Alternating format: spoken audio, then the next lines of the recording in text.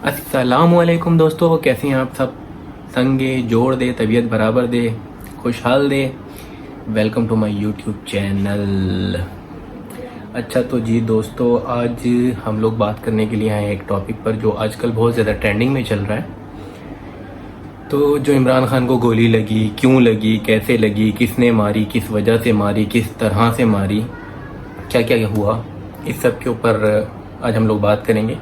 तो अभी आप लोगों में से कुछ लोग ये सोच रहे होंगे कि भाई तुम्हारा तो कंटेंट ही कुछ और है, तो तुम क्यों पॉलिटिक्स से रिलेटेड बात कर रहे हो। तो उन सब लोगों के लिए मेरा एक पैगाम है। जो भी मैं करूं वो है मेरी मर्जी। आप सब लोगों को पता है ये न्यूज़ से रिलेटेड, न्यूज़ में जो कुछ भी चल रहा है, क्या हुआ, कैसे हुआ। जैसे ही इमरान खान को गोली लगी उसके बाद काफ़ी सारी न्यूज़ चलने लग गई।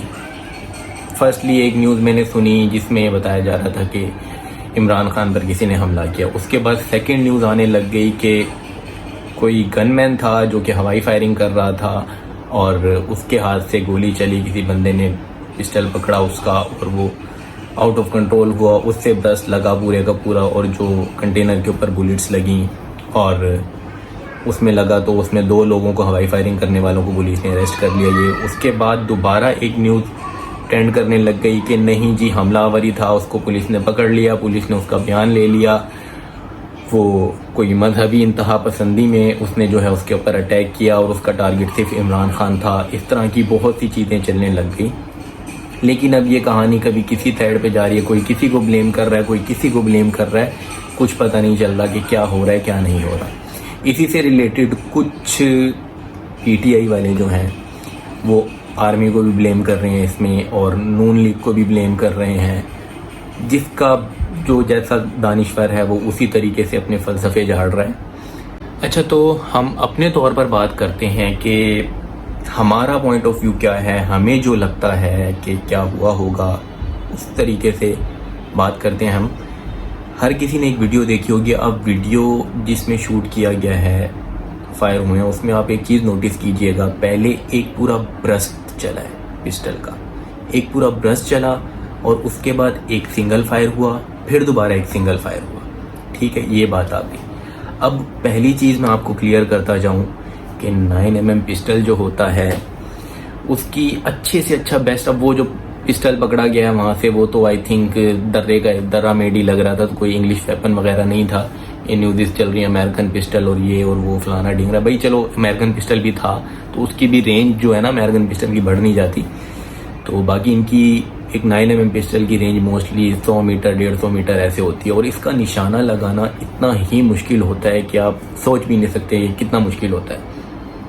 अब जिस बंदे के हाथ से फायर हुए वो बंदा कंटेनर से ऑलमोस्ट 70 मीटर और 60 मीटर 70 मीटर होगा। कंटेनर की इतनी मोटी चादर भी, ठीक है, उसके हाथ से फायर हुआ और वो जाके कंटेनर में लगी हैं, लोगों को गोलियां लगी हैं। ये कैसे, मतलब कैसे मुमकिन है जबकि कंटेनर के ऊपर किसी बाहरी साइड से फायरिंग का कोई निशान नहीं है, कुछ नहीं है। ठीक है, ये चीज़ एक बंदे के माइंड में आती है कि उसकी बुलेट्स लगी हैं तो कैसे ये पॉसिबल है कि भाई कंटेनर में लगी और इतनी दूर से बुलेट गई, उसकी पावर भी जाहिर सी बात है कम हुई होगी, वो जाके कंटेनर की इतनी मोटी चादर को फाड़ती हुई निकल गई और जाके खान साहब को लग गई है। तो एक ये चीज़ सोचते हुए थोड़ा सा कंफ्यूजन होती है। इस चीज़ से रिलेटेड पीटीआई वालों ने भी बहुत सा शोर डाला हुआ है कि वीडियो के अंदर जो बंदा देखा गया उसके कपड़े चेंज थे, उसकी वास्केट उतार दी गई और ये वो। यार जब उसको धक्कम पे लगी भी होगी तो वास्केट उतर जाती है और कपड़ों का कलर सेम ही था। बंदे की शक्ल देखो, बंदे की शक्ल, पुलिस ने सही बंदा पकड़ा हुआ है। ठीक है, तो वो उस चीज़ को मतलब एक टारगेट बनाते हुए कुछ लोग जो है ना ये कह रहे हैं कि नहीं ये आर्मी के शार्प शूटर्स का काम है। ये शार्प शूटर्स ने जो है ना वो सिर्फ एक, वो जो बंदा था जिससे हाथ से ब्रस्ट चला है वो एक सिर्फ लोगों के मजमे को अपनी तरफ अटेंशन करने के लिए था और रियल में किसी और ने पीछे से गोलियां चलाई हैं। तो इस बात में भी काफ़ी हद तक देखा जाए तो एक बात, मतलब ये आधा सच है, आधा सच। तो अब इस चीज़ को पॉइंट ऑफ व्यू बनाते हुए और ये ब्लेम लगाना कि ये आर्मी के शार्प शूटर्स ने किया है, और ऐसे यार वहाँ पर कौन सी कोई बड़ी बड़ी बिल्डिंगें बनी हुई थी या बड़े बड़े सफ़ेदे के दरख्त खड़े हुए थे जिनके ऊपर से स्नाइपर ने मार दिया गया और किसी को पता नहीं चला कि गोली कहाँ से आई है और कहाँ से नहीं है, और आके वो खान साहब की पप्पी लेती हुई निकल गई है। अच्छा, इस केस में 3 पॉइंट्स हैं। नंबर 1 पीटीआई का point of view, number 2 non league का पॉइंट ऑफ व्यू, और नंबर 3 आम लोग जो हो गए, जो गैर सियासी हो गए, एक लोकल पर्सन्स, उनका पॉइंट ऑफ व्यू क्या है। पीटीआई का पॉइंट ऑफ व्यू ये है कि ये हमला, कुछ पीटीआई वाले आधे लोग ये कह रहे हैं कि ये हमला नून लीग ने करवाया, और आधे लोग ये कह रहे हैं ये हमला आर्मी ने करवाया, एस्टेब्लिशमेंट ने करवाया। ठीक है, इसके अलावा जो नॉर्मल लोग हैं वो क्या कह रहे हैं और उसमें भी क्या सच्चाई हो सकती है ये आप सब लोगों को भी शायद पता होगा। उनका कहना ये है कि ये सब एक बना बनाया ड्रामा है और कुछ भी नहीं है, एवरीथिंग इज प्लान्ड, सब कुछ प्री प्लान्ड तरीके से किया गया है। अच्छा, तो पहला पॉइंट आ जाता है कि अगर नून लीग ने करवाया है तो एक तो उनके पास कोई सॉलिड रीज़न होना चाहिए कि वो अगर ये करवाते हैं तो क्यों करवाते हैं। ठीक है, और अगर उन्होंने चले करवाया है, सही है, तो प्लान उसको मारने का था। एक बंदा, एक शूटर जो जिसे पता है हज़ारों की तादाद में उसके आसपास जो मेरा टारगेट है उसके आसपास लोग होंगे, वहाँ से मैं ज़िंदा वापस नहीं निकल सकता, मैं पकड़ा जाऊँगा। मुझे लोग जो मुझे इदारे पकड़ेंगे, इन्वेस्टिगेशन होगी, मुझे सबके सवालों के जवाब देने होंगे, मुझे सब कुछ बोलना होगा। तो वो हर चीज़ को मद्देनज़र रखते हुए वो मारने के लिए आएगा और मारने के लिए आया है, और उसने अंधाधुंध फायरिंग की और वो पकड़ा गया और वो चला गया है। तो ये बात कुछ हजम नहीं हो रही, मतलब समझ नहीं आ रही है। ठीक है, दूसरा, मारने के लिए जो आते हैं ना, तो वो मेरे भाई घर बार छोड़ के सबको अल्लाह हाफिज़ कह के आते हैं। जैसे मारा गया था, बेनज़ीर को मारा गया था, वो मारने के लिए आया था, आखिर में उसने खुद को बम से उड़ा लिया था क्योंकि उसे पता था मेरी जान में यहाँ से निकल नहीं सकता, तो मुझे यही करना पड़ेगा कि ताकि, और मर भी नहीं सकता, मुझे सवालों के जवाब देने पड़ जाएंगे अगर मैं ज़िंदा पकड़ा गया। तो उसने आखिर में बम से उड़ा लिया था। तो इतना बड़ा टारगेट हो तो मेरी जान, फिर वो क्या कहते हैं ना, छुरी कांटे लेके जाके नहीं ये किया जाते काम, प्रॉपर प्लानिंग होती है। तो ये बात तो बिल्कुल इससे मैं डिसएग्री करता हूँ।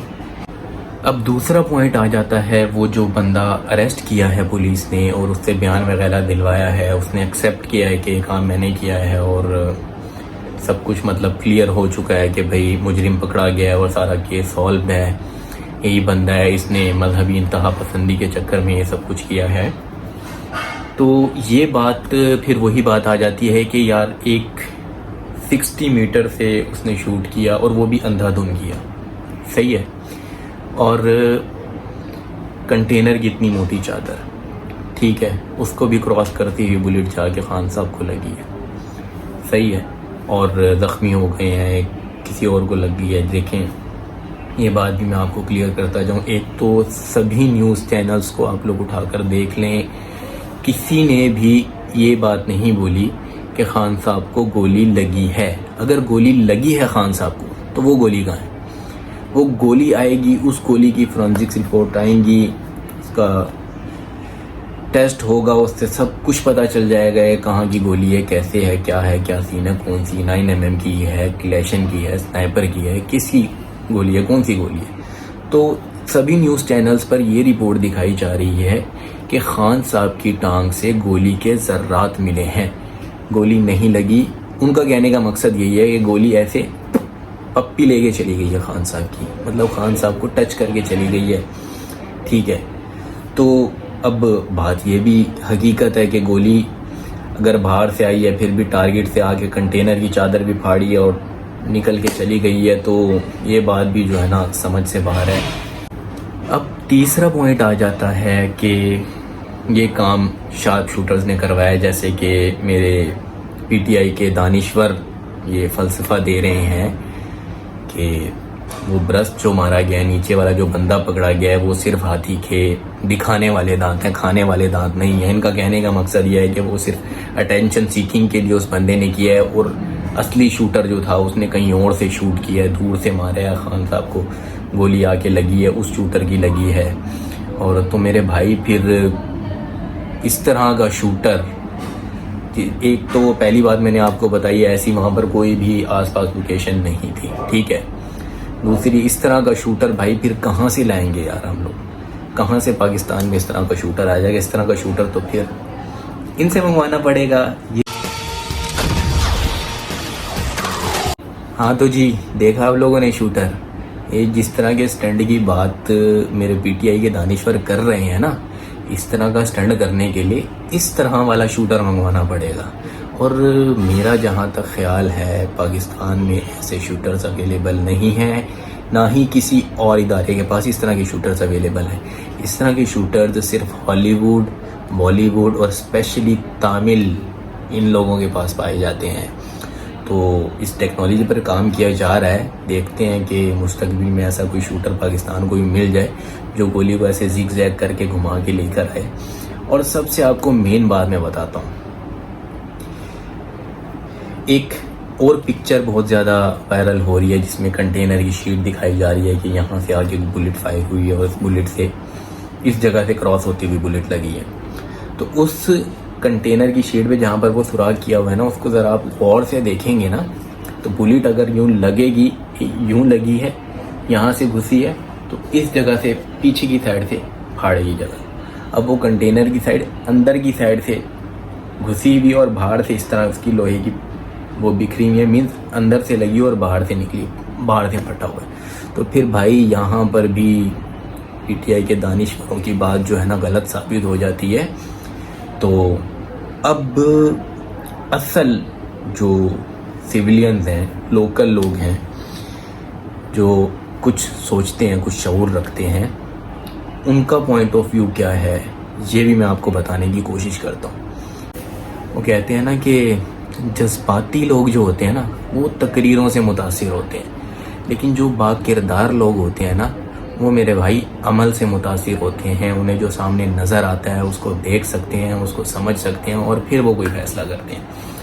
अब इन सारी चीज़ों के मद्देनज़र आपको मैं एक चीज़ बताऊं, आप वो वीडियो देखिएगा जिसमें पूरा क्लिप है, जिसमें उस लड़के ने उसका हाथ पकड़ा है, उसने वेपन चलाया है। एक ब्रस्ट पिस्टल की मैं आपको एक बात बता दूं, जब उसमें मैगजीन ब्रस्टेड डाला जाता है और उसे एक बार सिर्फ बटन दबाने की देर होती है, वो पिस्टल नहीं रुकता जब तक वो सारी अंदर की गोलियां खाली ना कर रहे, ट्रर करके ऐसे करके पूरा खाली करेगा और पीछे की साइड पे ऐसे लॉक हो जाएगा। ठीक है, अब अगेन उसका मैगजीन निकालना, उसमें दूसरा मैगजीन डालना, इतनी जल्दी से फायर करना, तो ये बहुत टाइम लग जाता है। ठीक है, अब दूसरी जो 2 बुलेट्स फायर हुई हैं वो ऊपर कंटेनर से ही फायर हुई हैं और उसमें कुछ घपला किया गया है। वो घपला क्या किया गया है अब आप लोग खुद अंदाज़ा लगा सकते हो इस चीज़ से। ये कि वरना यार किसी की टांग पे गोली लगी हो, वो हॉस्पिटल में जाता है, अंदर से 1 घंटे बाद वापस बिल्कुल अपने पैरों पे सही सलामत निकल के आ जाता है। यार ये कौन सी कंपनी की गोलियाँ हैं? गोलियाँ क्या कोई ये पैनाडोल की गोलियाँ हैं, डिस्प्रिन की गोलियाँ हैं, ऐसे यूं करके मारी हैं या घन में डाल के मारी हैं? कैसी गोलियाँ भाई, हमको भी समझाओ। ये सूरत हाल है और ऑनेस्टली मैं दिल से कहना चाहता हूँ, अगर आप लोगों को मेरी कोई बात बुरी लगी हो तो लगती रहे यार, फिर क्या कर सकते हैं। ठीक है, तो फिर भी मैं ये बात कहना चाहूँगा कि मोस्टली सियासत की आड़ में पाक आर्मी को, हमारे मज़हब को निशाना बनाना बंद किया जाए।